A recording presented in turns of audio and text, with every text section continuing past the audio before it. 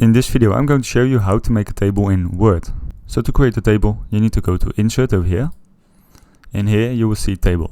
So select that and from here you can insert a table. So let's say 8.8 for example, or 10.8 is the max. So now we have this table. If you want to have a bigger table, then you can go back to Insert, Table, and here you can choose Insert Table. And now you can add custom values. So let's say 1515. Fixed column width. Okay. And now we have this table over here. So 1, 2, 3.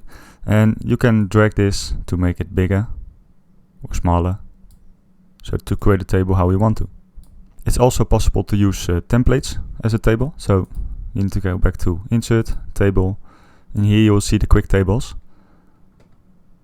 So let's say this one, and then you can change the content to your needs. And this is how to make a table in Word. Please like and subscribe if the video was helpful for you, and I'll see you in the next one.